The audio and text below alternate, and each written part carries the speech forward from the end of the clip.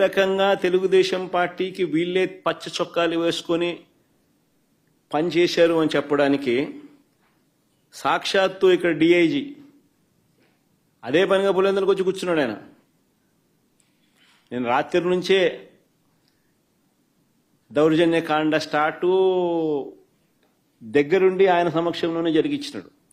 ఎవడి డిఐజీ అంటే కోయా ప్రవీణ్. ఎవడి కోయా ప్రవీణ్ అంటే టీడీపీ మాజీ ఎంపీ గరికపాటి రామ్మోహన్ రావు గారి సమీప బంధువు. వరుసకు అల్లడవుతాడు. తెలుగుదేశం పార్టీకి సంబంధించిన వాళ్ళ రాజ్యసభ వాళ్ళ ఎంపీ గరికపాటి రామ్మోహన్ రావు గారి సమీప బంధువు వరుసకు అల్లుడవుతాడు. ఆయన ఆయన ఆధ్వర్యంలో ఎన్నికలు జరుగుతా ఉన్నాయి. పచ్చ చొక్కా వేసుకున్న డిఐజీ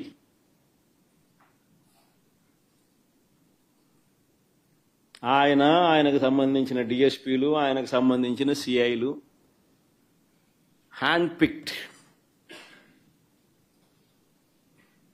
పిక్డ్ ప్రతి ఆఫీసర్ అక్కడ ఎవడు ఉండాలా,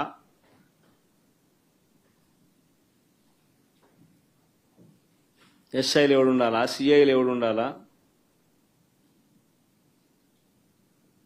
ఆ లిస్ట్ మాకు సరే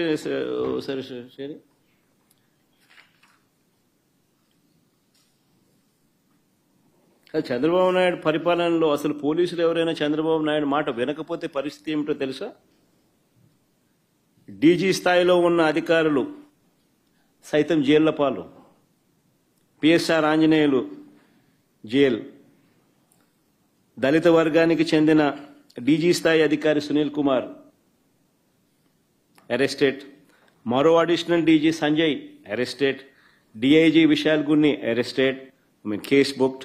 బీసీ వర్గానికి చెందిన ఐజీ కాంతిలాల్ రాణా కేసెస్.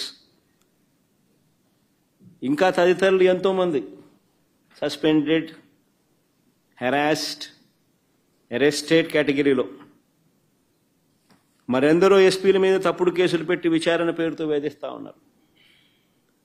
వీరు కాక 4 నాన్ క్యాడర్ ఎస్పీలు, ఒక కమాండెంట్ స్థాయి అధికారి, 22 మంది అడిషనల్ ఎస్పీలు, 55 మంది డిఎస్పీలకు పోస్టింగులు లేవు.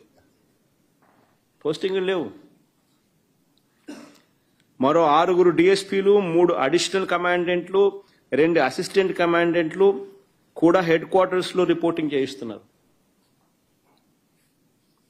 8 మంది డిఎస్పీలను సస్పెండ్ చేశారు. వీరు కాకుండా మరో 80 నుంచి 100 మంది ఇన్స్పెక్టర్లు, 100 మంది కానిస్టేబుల్ వీఆర్లో ఉన్నారు. అంటే లిటరల్గా ఆయనకు సంబంధించిన ఆఫీసర్లు, ఆయనకు సంబంధించిన పోలీసులను తీసుకొస్తున్నారు. వాళ్ళకు కావలసిన పనులు చేయిస్తూ ఉన్నారు. చంద్రబాబు నాయుడు చేస్తూ ఉన్న కరప్షన్లలో వీళ్ళందరూ భాగస్వాములు. డిఐజీ ఆధ్వర్యంలో కలెక్షన్స్. మాఫియా రింగ్ లీడర్ ఎవడంటే డిఐజీ. ఆయన ప్రాంతంలో జరిగే బెల్ట్ షాపుల ఆక్షన్ దగ్గర నుంచి, బెల్ట్ షాపులు నడిపించాలంటే వాళ్ళు ఇచ్చే డబ్బుల దగ్గర కలెక్షన్ దగ్గర నుంచి, పర్మిట్ రూములు, ఇల్లీగల్ పర్మిట్ రూములు నడపడం దగ్గర నుంచి, నడిపించడం కోసం వాళ్ళ దగ్గర నుంచి